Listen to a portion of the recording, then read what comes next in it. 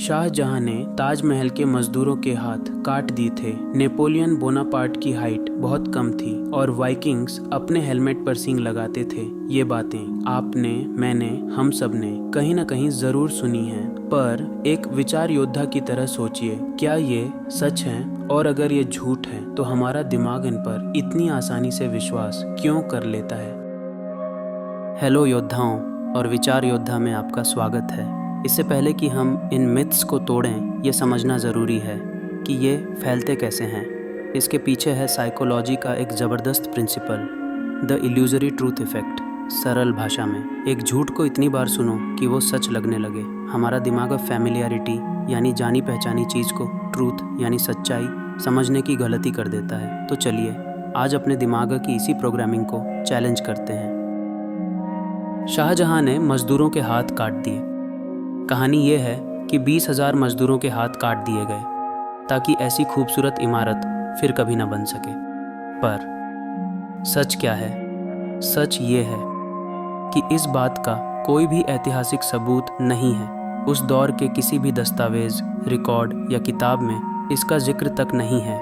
ये एक मनगढ़ंत कहानी है जो शायद सैलानियों को कहानी सुनाने वालों ने बात को मसालेदार बनाने के लिए शुरू किया।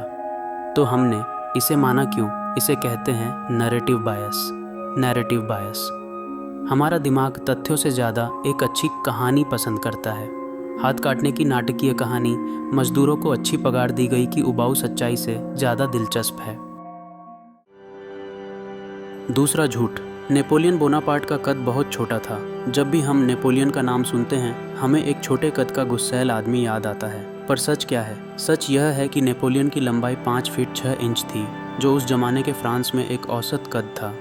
तो फिर यह झूठ आया कहाँ से? यह आया ब्रिटिश प्रोपेगेंडा से। जब ब्रिटेन नेपोलियन से जंग में हार रहा था तो उनके कार्टूनिस्ट ने उसकी इज्जत कम करने के लिए उसे छोटू दिखाना शुरू कर दिया, और उनका यह प्रोपेगेंडा इतना कामयाब हुआ कि 200 साल बाद भी हम इस पर विश्वास करते हैं। यह इल्यूजरी ट्रूथ इफेक्ट का एक बेहतरीन उदाहरण है, जहां एक झूठ को इतनी बार दोहराया गया कि वह सच बन गया।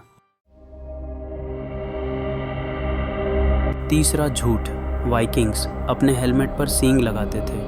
जब हम वाइकिंग शब्द सोचते हैं तो एक दाढ़ी वाला योद्धा और उसके हेलमेट पर 2 बड़े सींग याद आते हैं। पर सच? बिल्कुल गलत। आज तक जितने भी असली वाइकिंग हेलमेट की खोज हुई है उनमें से एक पर भी सींग नहीं मिले।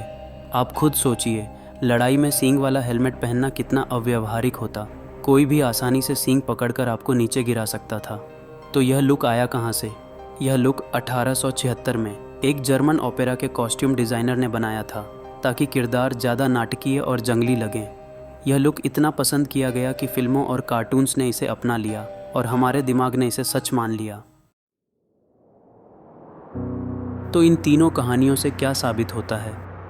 यही कि इतिहास वह नहीं है जो हमें सिर्फ सुनाया जाता है, बल्कि वह है जो हम ढूंढते हैं। हमारा दिमाग आसान कहानियों और बार बार दिखने वाली चीज़ों को पसंद करता है, लेकिन एक विचार योद्धा होने का मतलब है उस आसान रास्ते पर सवाल उठाना।